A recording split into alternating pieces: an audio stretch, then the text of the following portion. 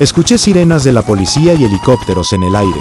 Pensé, tan rápido ya hay operativo detrás de Andrés Navarro. 160.000 millones de dólares. En irregularidades, Cámara de Cuentas, un año escolar y medio.